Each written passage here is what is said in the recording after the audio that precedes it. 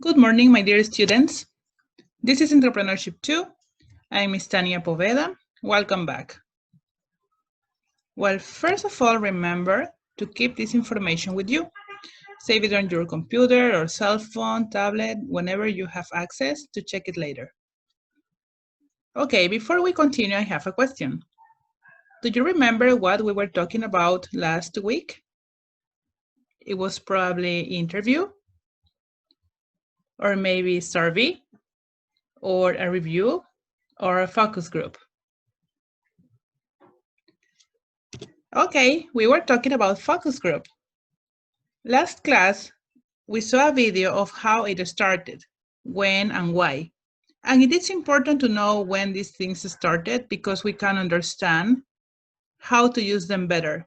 What is the purpose, the goal of using this investigation technique? Now, do you remember what a focus group is? Maybe these people here can help us to remember. If you remember, we can continue.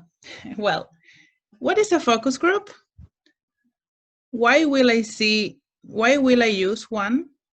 How can I do it well? 3 questions we're going to analyze today. What is a focus group? We already saw it last week, but we're going to remember today. In the middle, we're going to talk about why should I use one? Why would it be a good idea to use a focus group instead of an interview or a survey or any other investigation technique? And the best and most important part of this video is how can I do it well? I mean, I know what it is, I know why to use it, but this last question here, how can I do it well? It's really, really important because it's going to help you to do it right. Okay? So question 1, what is a focus group? Let's remember. So a focus group, it's a discussion, a conversation between 6 or 8 people. I want to emphasize on the word discussion, because discussion in Spanish, if we translate the word, discussion is something not too good, something negative probably. But in English, you use it as a conversation. It's something really positive. When you have a discussion maybe with your parents or with your friends, it means that you're talking about something that happened and you are in a peaceful situation, finding a solution for something. Okay? So remember that. Every time you find the word discussion in English, of course, it's something good. So again, a focus group is a focused discussion with 6-8 people on a set of questions to get in a depth understanding of your research questions. Okay? So you use this group of people to understand better the behavior of your possible clients, the behavior of your market. It's very important to remember that it's a maximum of 8 people in this focus group. So it's not like 10, 20 people, the more the better, not in this case. That works better when it's a survey. But in a focus group, remember it's a conversation with a limited amount of people. 8 people, it's not recommended more than 8. Concentrate on very good questions, and we're going to see why in a few minutes. Very good questions. For example, this is a good question. It's direct, it's clear. What are your experiences with food trucks? So the investigator here is asking these people, what are your experiences with food trucks? So one of the answers is they cost a lot, but they are fun. Okay, so he doesn't mind to pay expensive products because he's having fun. Other people might say something like, oh, I don't trust if they cook very well. Other people might say like, I don't like them. Or maybe they say like, they don't have a bathroom and I have children, I need a place with a bathroom. Okay, everybody has a different experience when talking about food trucks. What it is important is that you have very precise, clear questions. So probably, here we have other answer here on the right. So she says, I've only gotten food poisoning 3 times. So obviously she's not happy with that kind of businesses. And the conclusion of the researcher is, so cost and hygiene are important. That's her conclusion after listening all the answers. So we have a person that doesn't mind much about the price, and we have other person that has been poisoned 3 times before. So we're talking about hygiene and prices, costs. What about this kind of question? What about this? Do you think this is a clear question, specific? Like, do you guys like food and stuff? Hey, do you like food and stuff? Like everything about food? I'm pretty sure that everybody's going to say yes. So in your opinion, is this a good question? Do you guys like food and stuff? And then if you can pay attention on their faces, expressions, and body language. Last class, we were talking about body language. You probably remember that as one of the advantages of focus group. So here, if you, without reading the answers, that probably you're already reading here, without reading the answers, they are reacting to that question. It was like a very open question. So here we have the same girl saying, oh, why does everything have goat cheese? Other person says, I eat popcorn for breakfast. Food costs too much these days. I'm a sucrose intolerant. I'm a vegan. So you have all kind of answers. Someone mad because of goat cheese, someone having breakfast, having popcorn for breakfast, someone talking about money, other one talking about an allergy, and a vegan. So this question was probably a very bad question. Remember that when you structure your analysis, you must have very clear structured questions. So you may say something like, okay, a few weeks ago, we were talking about interview. We had 2 classes of interview. We watched videos and examples, etc. So why use a focus group instead of an in-depth interview? Why do you think so? And they share these elements, both of them, interview and focus group. They have a procedure, so a process.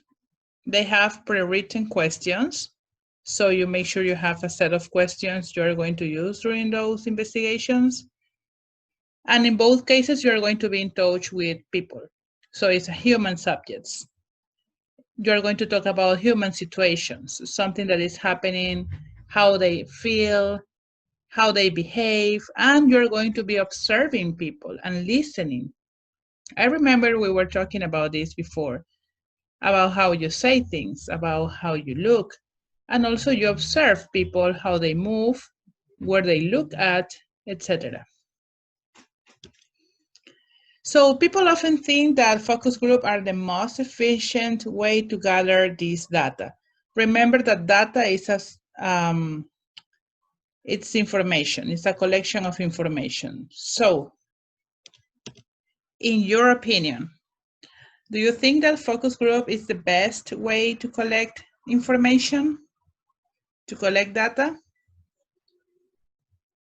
Yes, of course, you probably remember that I've been telling you that you have to choose the investigation technique according to the market.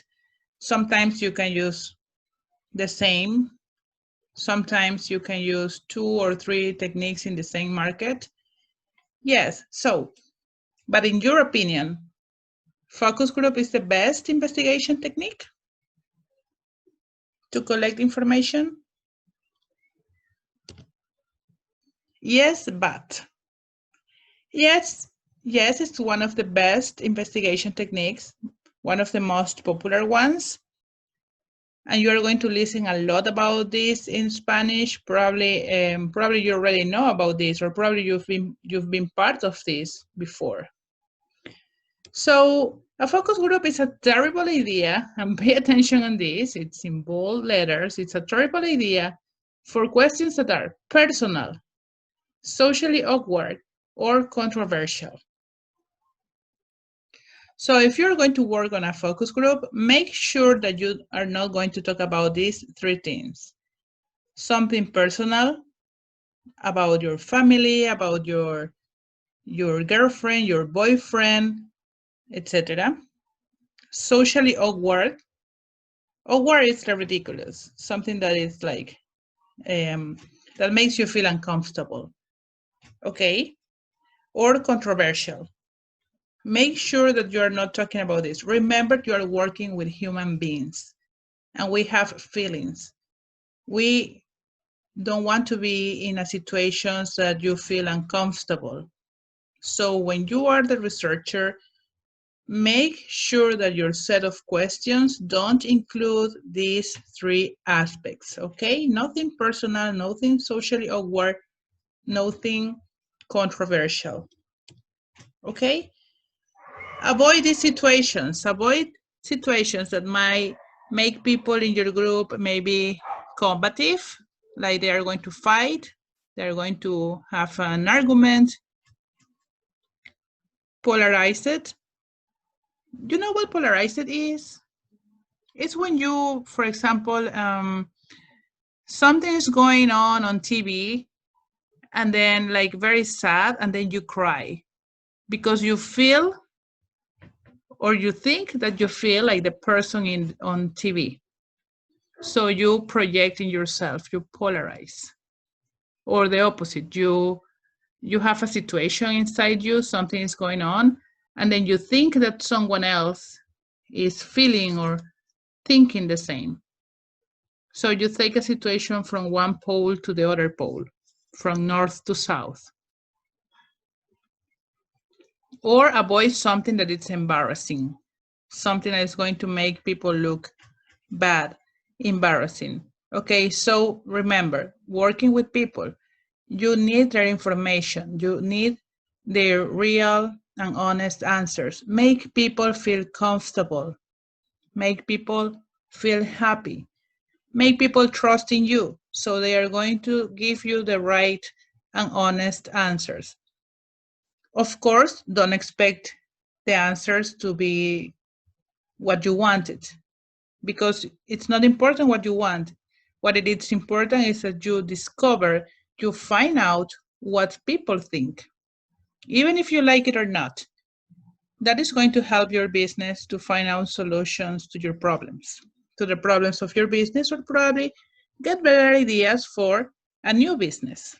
Okay, so is it important that you like the answers of your focus group? No, it's not.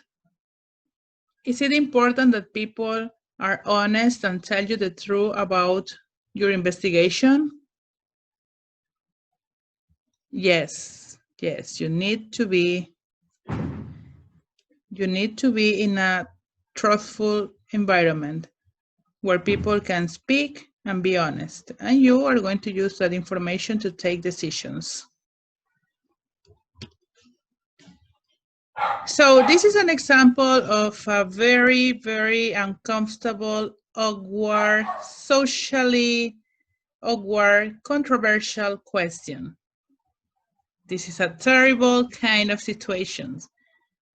So which of you cheats on cheats on the other? Can you believe that question? Like, what would you say if it's true? Oh yeah, I cheat on my boyfriend, I cheat on my girlfriend. Okay, so that's a very uncomfortable situation, really awkward. So which of you cheats on the other? And then we have the opportunity for someone that is upset, saying something like, definitely my husband. She doesn't know, but she's guessing, right? She's like, yeah, definitely my husband. So it's her opportunity to make look terrible her husband in front of other people. And I'm asking you something. Is this the right time to talk about that with people you don't know during an investigation? Absolutely no. But the problem here is not the answer of this woman. No, the problem here is the question. Because this question is really uncomfortable, it's awkward, it's not according to the situation. Never do that. So we have 2 or 3 guys kind of upset because they are like, what? Right? What's going on here? So the researcher is like, oh, okay, this was a bad idea. This was a bad idea. Yeah, that question was terrible. So yes, very bad idea. Never, ever repeat something like that. So a focus group can be an extremely efficient way to gather qualitative data. Remember that qualitative information is the information that talks about the quality. It's something that people speaks and explains. You don't have numbers here. It's not a yes or no. It's talking, it's expressing, it's telling about your feelings, talking about your feelings, telling people your opinions. So it's an extremely efficient way to gather this qualitative data. But they can also be a disaster, as we just saw before in those pictures, if you are not careful. So avoid unstructured conversations. If you are not ready for something, if you didn't prepare a question or something, you better avoid that. You better avoid that, something that you as an investigator don't know or you are not ready, okay?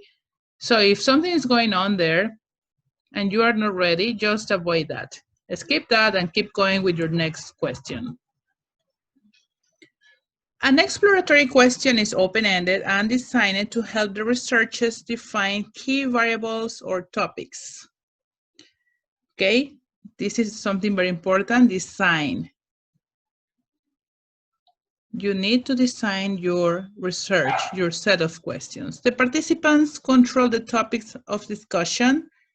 They are helping you, not you to them. They are helping you explore the topics for key variables and causalities. So what caused this problem? What made you think like that? That's a cause. That's why you use the word because when you answer the question why, by the way. Okay, that was just a grammar tip. Okay, so they are helping you to explore the topics. Remember that they are helping you. They are there to help you grow your business, to find information very important for you. Focus groups are much more effective when they are explanatory. Any idea what this word means? Explanatory. Is it similar to any word you know? Maybe explanation, maybe explain, explanatory. Remember that they are more effective when they are explanatory. Yes, they come from the word explain.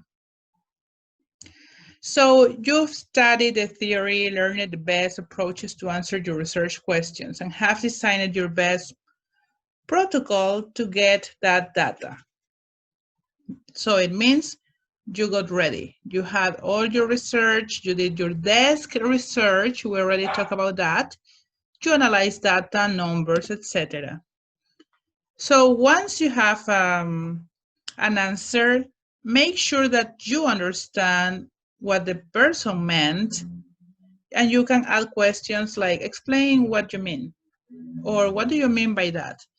Or you can use other techniques like that, that incomplete silence when someone is talking and something and you don't understand and you say something like, so you mean, and keep quiet for a few seconds, making eye contact, and the other person is going to explain.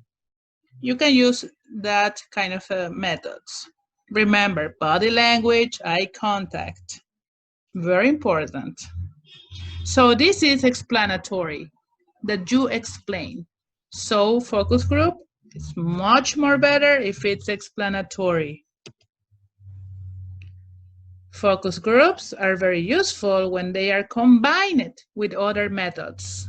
So it's not just like that. It's not that you see the group of people there and you talk and that's it. No, it's much more useful if you combine it. Any idea which other techniques you can combine? So this is how to make it well. This is question number 3. If you have a quantitative data set and have already run a statistical analysis, again, this is desk research. So you probably, before sitting 8 people there to talk about their opinions, to talk about a topic, you already did a data research, analyze numbers and get some information, so you know what you're talking about. If you have that information, that data, that numbers, a focus group can help you explain the variance you see in the statistics. So let's suppose that you have like 65% of people don't like pizza, and you expect it to be like a lot less. Like, why so many people don't like pizza when it's something that everybody likes, right? So you are like really confused. And then you go to other site or other data information and you find like it's 75%, 55%, 60%. So something is going on there. Why people in this market don't like this product? So you have these people sitting there and you can ask, why do you think people don't like pizza, for example? Here we have other example. So she's asking, the researcher is asking, what is it important for you? We have 2 different answers. My faith is the most important. And she said, my parents are the most important. And you can tell that both of them have different answers. Of course, they have different answers. So why is that? Why is that? I mean, in my opinion, first of all, she didn't do a research. So she made a too open question. Like you will have like hundreds of answers. And she says like, why can I explain all my statistics? What else is affecting my model?